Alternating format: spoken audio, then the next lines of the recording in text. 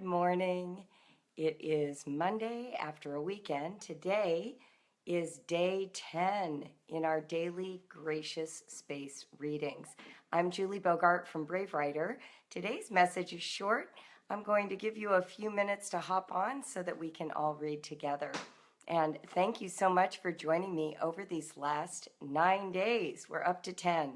Hello, Vicki. Glad you're here. I am coming from Cincinnati, Ohio. That is my broadcast location. You are in my sort of living room. I turned it into a dining room because I have 7 people in my family, and I like to have lots of space at events like holidays, like Thanksgiving. So I'm very excited to be here again with you today. I've noticed that a lot of you are watching the replays of these daily readings from my book, A Gracious Space. If you are joining us for the first time or have only caught on to reading along, you can catch up with days 1 through 9 here on Facebook. Simply click on the Facebook video tab and you'll see all of them. I've put them in a folder and you can watch them in order, or you can go to Brave Writer's YouTube channel. We are uploading all of the readings to YouTube so you can share them with your friends or watch them anytime you want. So both of those options are available. YouTube is great if you've got friends who are not on Facebook, and Facebook's great if you have friends who are. Good morning, Ashley. I'm so glad you get to watch live. I don't know about you, but I had a hard time getting up this morning. I'm a football fan. So I was up really late watching the Minnesota Vikings beat the Green Bay Packers, and this is my life now for the fall. I will be up late on Sunday and late on Monday. I can't help it. I have a little crush on Chris Collinsworth. I love him. He's from Cincinnati. He's a fantastic broadcaster. Okay, great to see you all. Hey, Andrea. Hi, Maggie. Welcome, Gina. It's great to see everybody streaming in. So let's get started. Today, I am reading from my book, A Gracious Space. By the way, thank you for those of you who posted reviews on Amazon. So grateful. Makes such a difference. Amazon has now hosted an author page for me, so you can take a look at that if you want. And we're reading from this book. So whether you own it or not, here we go. Day 10. Content, not conventions. Today's word advice. Don't be a grammar Nazi. It's so much more important to preserve and honor relationships, to receive the intended communication than to enforce proper usage in texting, Facebook, free writes, message boards, or any quick writing that does not rise to the level of permanence. Yes, every day people write your, Y-O-U-R, and mean your, Y-O-U apostrophe R-E. Or they write here, H-E-R-E, when they mean here, H-E-A-R. Or loose, L-O-O-S-E, when they mean lose, L-O-S-E. I would have come is hard to read, I admit. But if I say it out loud, I know what it means, instead of I would have come. The purpose of all writing and speaking is to convey information, ideas, feelings, and thoughts. When someone risks self-expression and fails to get the grammar right, you can be the one who focuses on the content rather than the grammar conventions. If the issue recurs and it's someone you love, you can point it out, but in a gentle way days later. Days later, I highly recommend. By the way, did you know that it's would have, not would of? Funny how the way we speak has made it hard to hear the original grammatical structure. There's nothing inherently superior about being right about grammar. It just means you have that area of information mastered someone else doesn't. So be kind. Please. No one likes to be corrected for the errant apostrophe in its or the mistaken there. but all of us like to be heard. Quote of the day: I have a bad habit of starting with the grammar errors rather than starting with encouraging comments on their content, which is often wonderful. Heather Garson Gunraj. Sustaining thought. Content trumps grammar conventions in casual writing. So this is kind of a fun topic to start our days with. A little less touchy-feely, rah-rah cheerleading for the homeschooling parents out there today.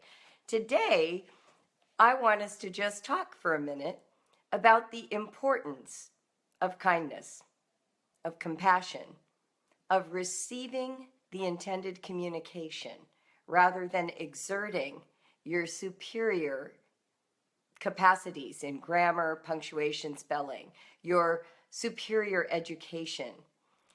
There is a tendency out on the interwebs for people to feel that their arguments are inherently better simply because they've mastered grammar, mastered spelling, mastered punctuation. Now, it is true that sometimes we judge people's level of education based on insufficiencies that are apparent in the writing. And occasionally, those errors point to ignorance of some kind, perhaps lack of opportunity.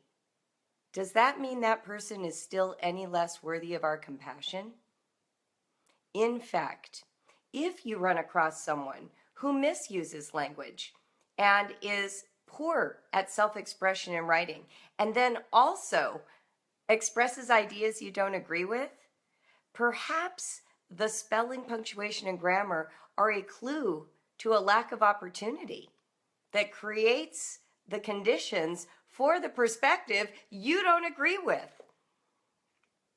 What I'm arguing for is this: no matter who it is, your best friend from high school, your boyfriend, your 16-year-old daughter, your father, no matter who it is, what people are doing when they risk typing or handwriting words that represent their interiors is they are risking being known and being heard.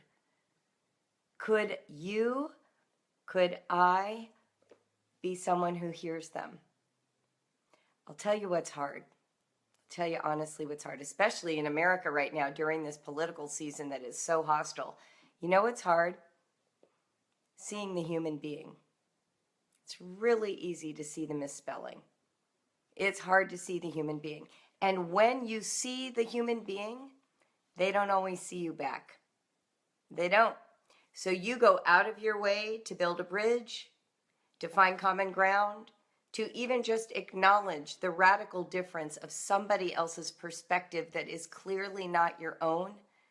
They may not do it for you. And that's the hard part. That's the challenge of being a person of compassion, of being a person who sees to the insides rather than just the externals. Whether that's how someone dresses or how someone dresses up a paragraph. And frankly, the spelling and punctuation is the same as earrings, the glass frames you choose. Did you know that at the time of Shakespeare, there was no consistent spelling rule for any word? Shakespeare himself spelled his own name multiple ways, simply because no one had yet agreed on a convention for spelling. Do you know when that occurred? With the printing press. As we codified language, we became more interested in a consistent set of practices and conventions.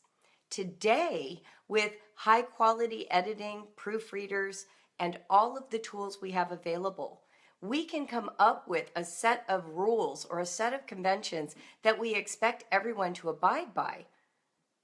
But that hasn't always been the case. And paying attention to those rules does not necessarily say anything about the merit of what the person is expressing to you. So imagine how much more true that is with a small child. You know, I get a kick out of parents who call me on the phone. They say amazing things like, hey, my child is a bad speller. And I say, well, how old is your child? And they say 7. 7! My goodness, a 7 or an 8-year-old is lucky to be reading, let alone spelling. Who can spell well at age 7? You know, let's give our kids some room to grow. And to be honest, they're going to be poor spellers all the way till 13. Because between 7 or 8 and 12 or 13, they're just getting their feet under them. And when their brains are engaged in the white-hot passion of self-expression, they can't give any brain energy to whether there are 2 C's or 2 M's in accommodate. It is difficult to remember how to spell because, even if they've spelled it 20 times. I don't know, there's something about that A-U-S-E that just is hard to remember. And yes, even grown-ups spell lose, L-O-O-S-E, even though the word is loose. So even if your husband or your wife routinely misspells that word, why are we expecting an 8-year-old to get the majority of words in their free writes correctly spelled? It's not reasonable. It's also not necessary. We're perfectly able to read and work with them to understand what they want us to know. Here's what you can do about mechanics in free writing. Let your kids unbridle the self that is trapped in a body that's trying to funnel itself down an arm and out a pen, okay? Let that come. Give it maximum space. Help it to get up and out. The only way your child will risk getting it up and out is if the person there ready to receive it is kind, is excited to read it, is wanting to hear it. And you can only be that way if you hold back the temptation to be disappointed in yourself for not having successfully taught your child to write, to handwrite, to spell. That's what's going through your mind. You're not even as worried about your child. You're more worried that you haven't successfully communicated all of the principles of spelling and punctuation yet. So here's what I want you to do. Hold it in. Go self-flagellate on your own time. Don't do it in front of your child. Focus on the self-expression risk that comes up and out, shows up on that page. Read it. Be totally taken with the content. Even if the content is this: I hate writing. I can't think of anything to say. This is boring. This is stupid. This is dumb. If you get a free write like that, and by the way, totally encourage your kids to write that free write if they have resistance to writing. Say, feel free. You know, you can tell me, I hate this, Mom. You're so dumb for making me do this. Go ahead.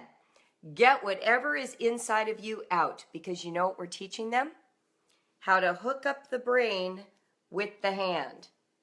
How can we hook up this brain with this hand if all your child is thinking about is, I hate this, this is dumb? If we allow that child to write, I hate this, this is dumb, guess what we've taught the child? How to hook up the brain and the hand. The very goal. And once they've said, I hate this, this is dumb, maybe even 10 times on a page, how interesting is that thought? Stops being interesting. Have you ever experienced feeling really weighted down by your own pain, your own emotion, your own hardship, and you've gone and you've journaled about it, and you sort of lose interest in it? It's like, whew, it came out.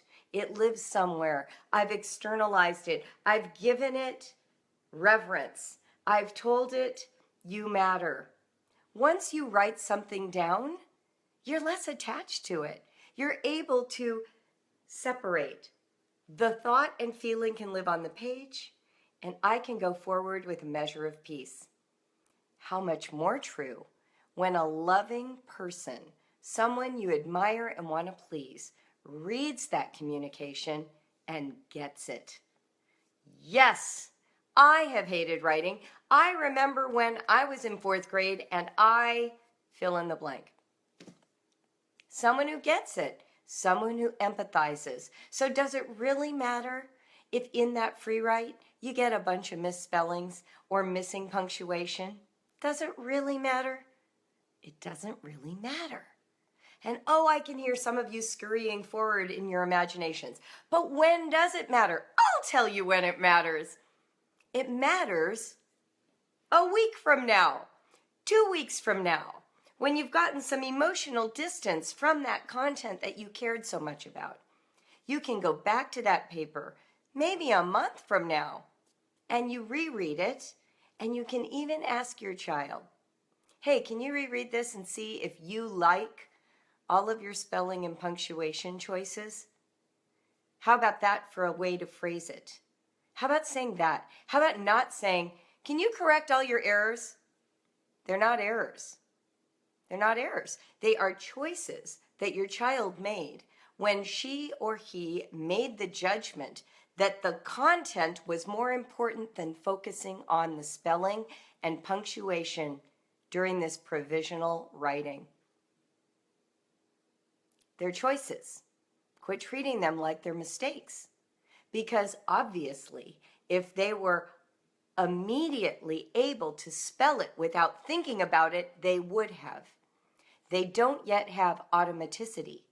So during that rush of thought, where we want their full access to their best vocabulary, we do not want them worrying about spelling.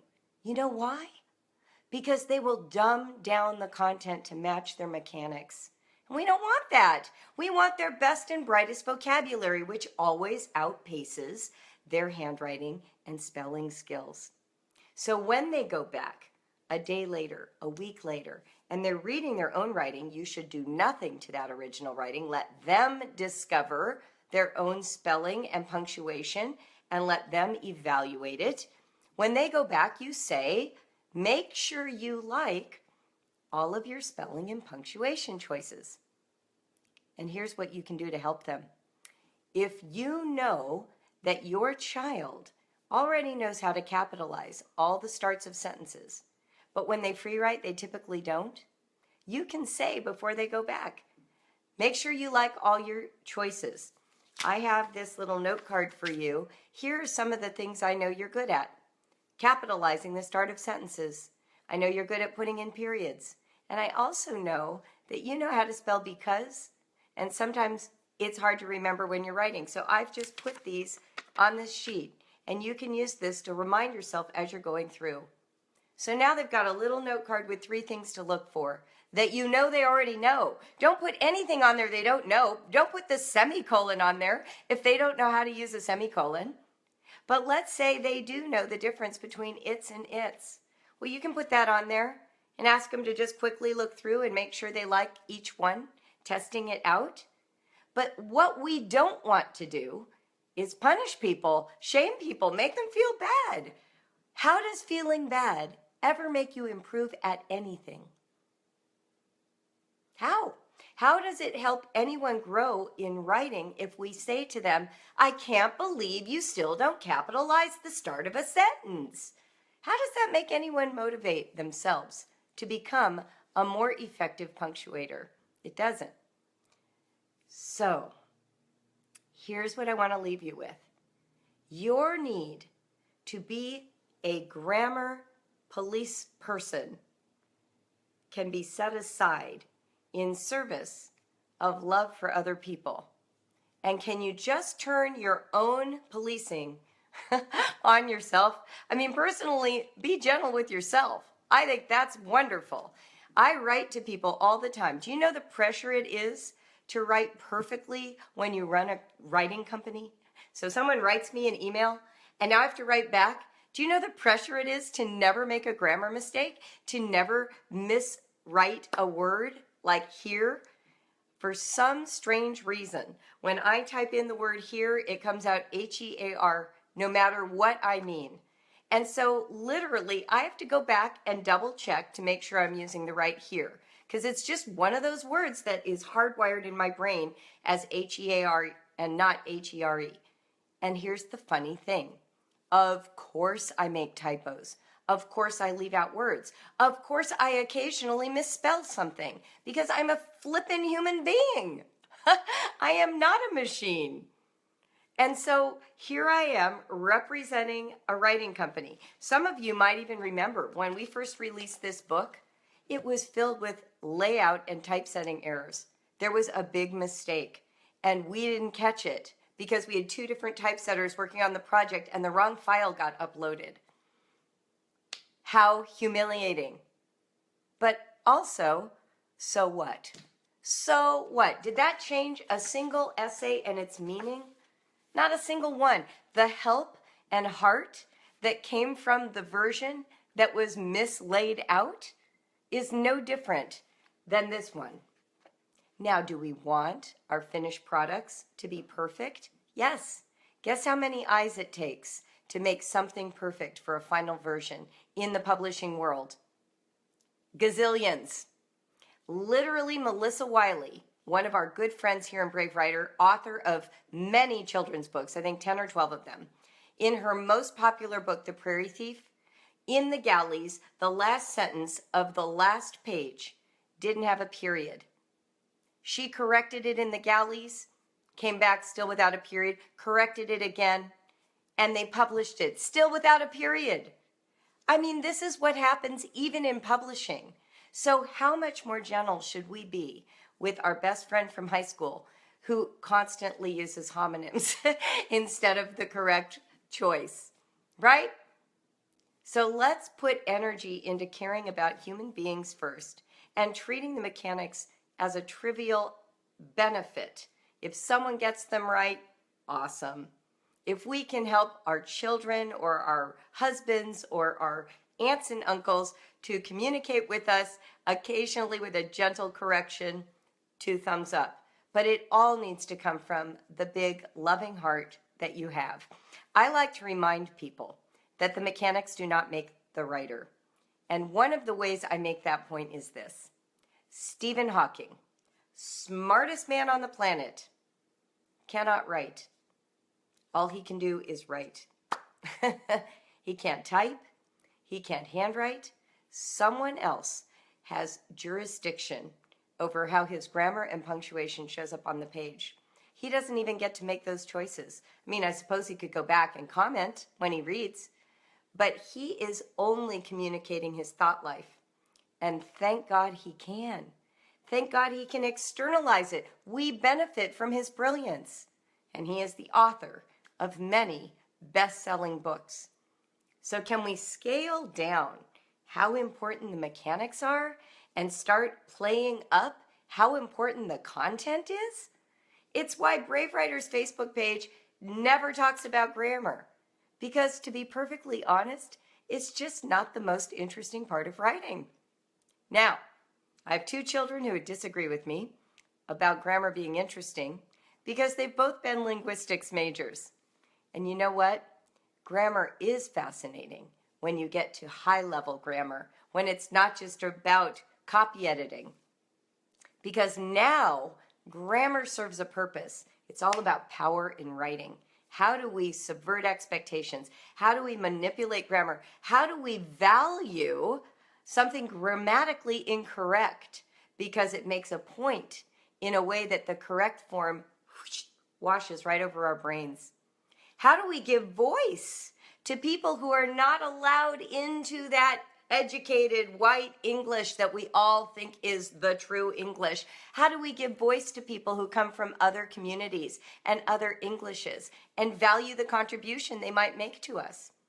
You know, one place that's happened for white people is teenagers who love rap, who are getting a voice from a language group that they're not used to. And this is what I'm talking about. Why wouldn't we value all the different expressions wherever they come from and be open to hearing somebody else's truth communicated, whether they're bilingual, whether they have limits based on being partially deaf, or they have some kind of disability that interferes with their self-expression. We want to be the kind of people who value self-expression. And then we can punctuate it. Then we can fix the spelling. Okay? That is my charge today. Somebody asked a question. I'm going to scroll back and see if I can find it. Okay, Stephanie asks. Well, okay. Now I know what to answer. So today I sent out an email right before I got on. I will be holding a free Writer's Jungle webinar, and it is on September 28th at 7 p.m. And there will be 100 seats available, and those are going to fill up fast. So sign up now. But here's the purpose of this webinar. I have not ever done a webinar, so we are going to try it out. So those of you who want to be my guinea pigs, come to that webinar. I'm going to walk you through chapter by chapter through the Writer's Jungle, which is our primary writing curriculum in Brave Writer. You don't have to own it to come to this webinar, but if you do, it will be helpful. If you want to wait until the end of the webinar to make that decision, that's totally fine. There will be a discount code for those who are live attendees to use during that period to either purchase the Writer's Jungle or to go ahead and purchase other curriculum. Totally up to you.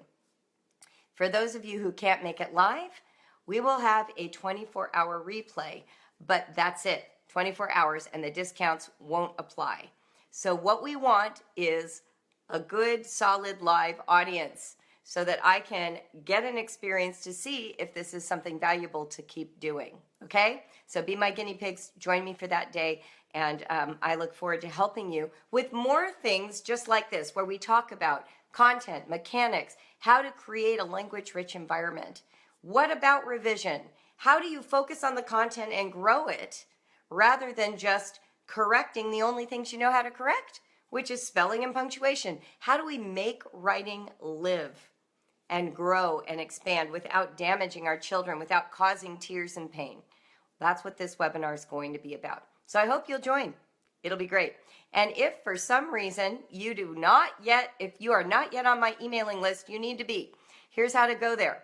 Go to bravewriter.com and click on the download the free writing frenzy, the free writing lessons. That will add you to the emailing list, and we will invite you to the webinar. So that's how you get on the list if you want to join us in the webinar. Okay? Wonderful. Yes, so if you want to sign up, go to bravewriter.com, click on the button in the middle of the homepage, and sign up for our free writing lessons, and that will add you to our emailing list. Okay? Very good. Yes, Vicki says, so many of us had our voices silenced or corrected growing up. This message is so much more than just writing or mechanics. It's an analogy for life. Let me just point out something, because this is really important. Most of you have a writing memory that is painful. Most of you. Even good writers have painful writing memories. I have a painful writing memory, and I was a uniformly good writer all the way through. Draw on that memory while you spend time with your children. Do not be that Mrs. Cox, the ghost of public school past with the red pen whispering in your ear. Do not become her. Do not channel her. Do not be her. Be you. Be the mother who was so in love with that baby, you knew she or he could never do wrong in your eyes. Be that person. Give the compassion to your child that you did not receive from your instructors. Okay? That's what you can do. That's what you can do. All right. I got to go, because guess what I get to do this morning? Looking at my watch. I get to interview the fabulous, the award-winning Jane Yolen. I'm like beside myself with enthusiasm, but now I got to go get ready to do it. So I'm going to leave. If you don't know who Jane Yolen is, you should. She's written countless picture books. Her most famous is called Owl Moon. Read it, sigh, know that you've been in the presence of a true poet. And that interview will be posted eventually on the poetryteatime.com website. I know. Seriously, I get chills even thinking about it. She's an incredible person. I've followed her career for years. So these are the fun things I get to do now that I'm old. It's really fun. I miss my children, but I also get to do some fun things. All right, so let's wind up. A Gracious Space for fall. If you don't own it, you can buy it. You can go to Amazon.com and buy the copy. And if you liked it, please leave us a review. Otherwise, if you want it digitally, go to bravewriter.com/gsfall. Okay? I will be back tomorrow with day 11. Until then, live honestly, write bravely, and read compassionately. I'm Julie Bogart from Brave Writer. Love you guys. Mwah. See you tomorrow.